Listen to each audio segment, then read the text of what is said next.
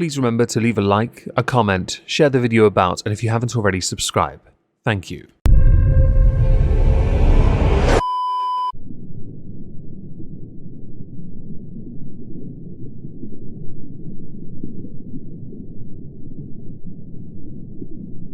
Well, isn't this just fantastic?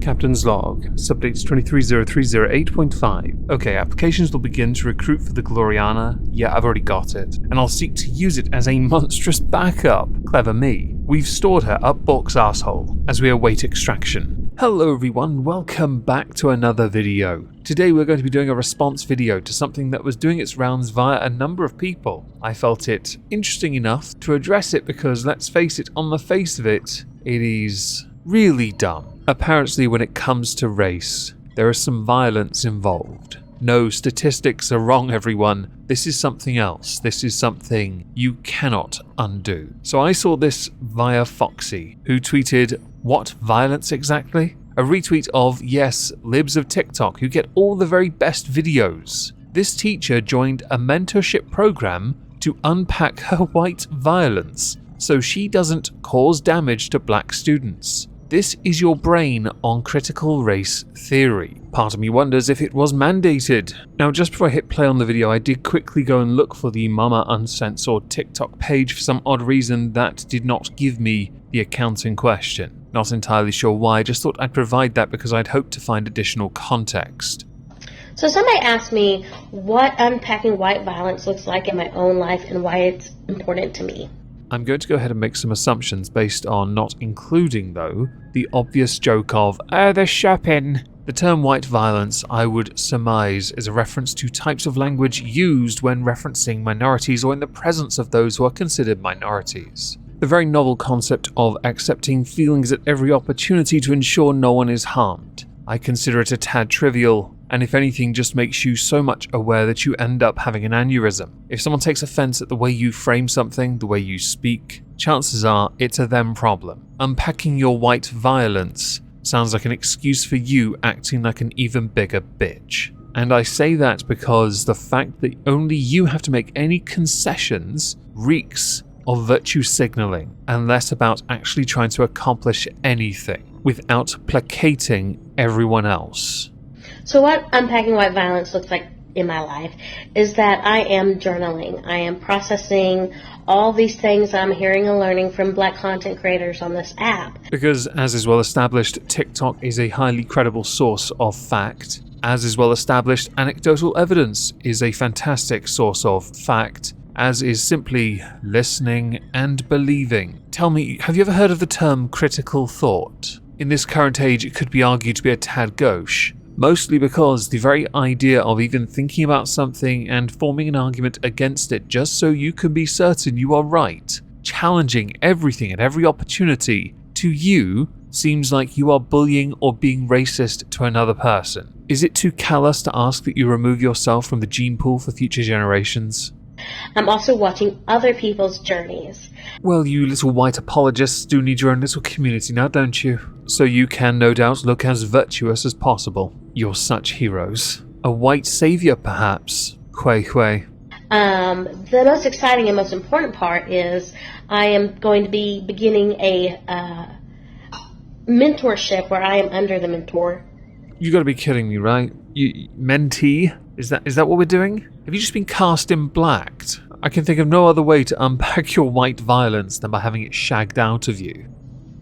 Actually, of some very strong professional black women who, that's what they do. They help others learn how to unpack their white violence. You know, I'd often wondered if certain humanities degrees actually had a place in the workforce. Things like gender studies. I could never quite understand where the degree would be applicable unless it was for somebody to then be a, essentially, problem creator. To be a mentor in this context seems a bit odd to me. Comes across as peculiar because I can't quite fathom why it would even exist. If it is so important to unpack this, unlearn this, what does it say about the version of life you live and how you treat other people that you can't seem to treat people equally, or apparently more than equal, which used to be argued by some intersectional feminists as their own version of their goal, to be equal but more than equal, better than others. The idea of unpacking your white violence sounds a bit strange, like you're looking for problems to have and then saying, I will be better. Have you considered one of those Alcoholics Anonymous meetings instead, but for your white guilt? And why it's important to me is professionally I am a teacher. This is the part where I go, oh, now I get it. So now you can ensure you are treating all your students with some form of parity of esteem, and totally with no level of favoritism, or ensuring that the language you use with the white students does not match the language you use with students of colour. How's that? We'll call them SOCs for short. I'm going back to work in the fall, and I want to be the best person and teacher that I can be. I can't be the only person, and evidently not when it comes to what's shared on Twitter, that thinks having a mentor solely based on race to unpack your solely based on race violence is not the way to be the very best version of you. The very best version of you does not need to constantly be reminded that your existence is blasphemy, heretical, and a lie. With you still benefiting from these structures of power, it will never be likely that you'll ever be able to truly unpack your inherently violent white nature. So really, are you trying to be the very best version of you, or are you trying to make it seem like you are to appease other people, like having a membership to an eco-friendly club, or announcing that you are vegan and or a PC gamer? And I know change begins within first. Well, now it's begun, I highly recommend you wrap yourself up in a cocoon and then burst forth as a resplendent moth. But for me, in order for me to grow and nurture these young scholars who might be black and brown... See, there are two issues with this. With that statement alone and the smile on your face. The first is, you seemed dead chuffed when you had the idea, the prospect of having black or brown students, which on the face of it makes it seem like you are tokenizing and or treating as if they are a trophy. Look at what I've done, everyone. Look at me. Really, look at me. The next problem is, you've gone with black and brown, but there are many other races on this planet. If you truly want to encompass as many different races as possible, to start unpacking that white violence of yours, white violence of yours, I highly recommend you now list off every race of every person on this planet, including those who are mixed, and getting every single individual version of it correct. Because don't forget here, they are minorities of minorities. Some are minorities of minorities of minorities of minorities. Because, you know, the whole cultural enrichment thing means that many different races are going to keep breeding with each other to create the ultimate human, the impossible to identify. Or, if it goes this way, which happens quite often, a white guy at the end. I have to unpack that white violence, or I'm going to cause damage.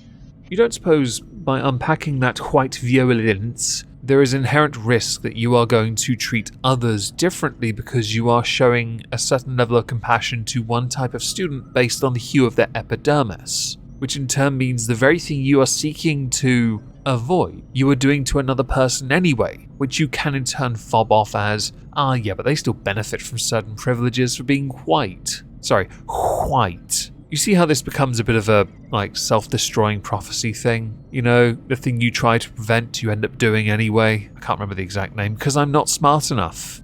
And I want to be a good role model for my children. I want to lead by example. Justification for what you are attempting to do in your personal life and how it impacts you on your professional life. I again really do start to understand why people are very critical of the idea of CRT in the first place, especially in the context of you being responsible for teaching the future. Can I prevent my children from becoming assholes? No. But hopefully one day they can look at me and say, Mom... I'm just going to interrupt now because copyright, but also because the idea that people are going to look back in time and say, this teacher did this. Now that is common. Some students do look back on their past and go, yeah, this person was instrumental in my education. Perhaps they learned certain behavioral patterns from you. Others would argue that if you are treating people the way you intend to treat people, but also use the program, the mentorship, mentee thing you are talking about, it can be argued as a form of manipulation to make them, via reprogramming the child, be what you think a child should be. But then we all know based on the absolutely illogical arguments presented, even if they did, they still wouldn't be doing enough, which will undoubtedly and inevitably beg the question, what's the bleeding point? Did X, Y, and Z right? And, maybe we can follow suit. That sounds like an awful lot of effort for something that is remarkably simple, and allow me to pass on to my own mad education to you as a blue minority ethnic person. If you want to ensure everyone is treated equally, you don't need to unlearn your own past or your own privileges or the language you use when addressing certain peoples. No, homie, all you have to do, blood, is simply treat people with a level of respect, equally across the board, in it. Hardly rocket science. But yeah, so that's how I'm unpacking it and why it's important to me. Well, I will wish you nothing but the best of luck in your endeavours as you attempt to be the very best version of you by using virtue signalling ideas and group meetings as an excuse to be told you're wrong, bad, and your existence is faulty, so that you in turn become a better white person. I can't help but feel the entire exercise is redundant, when you would think that simple common courtesy would be better than going through all this rigmarole just to be better. Now to finish, I want to read some of the replies from Twitter. First, Billy Tinkle. White lady complaining about white violence that doesn't exist. Typical. Anne Stein. Another ad for homeschooling. Alexis Meyer, unpronounceable last name. It's always the fat leftover women who are bitter and have nothing valid to give to the world. Kamala's voice. Barely parody. Kamala explains, wow, that's courageous. They is literally saving black lives. It is a proven fact, proven by science no less or also no more, and how dangerous white-looking identifying people can and will sometimes also be. Lil Mo, ladies and gentlemen, this is what brainwashing looks like. And Matthew, unpacking white violence? This is absurd. What actual percentage of people actually believe this mess? They've really got a hold on this now.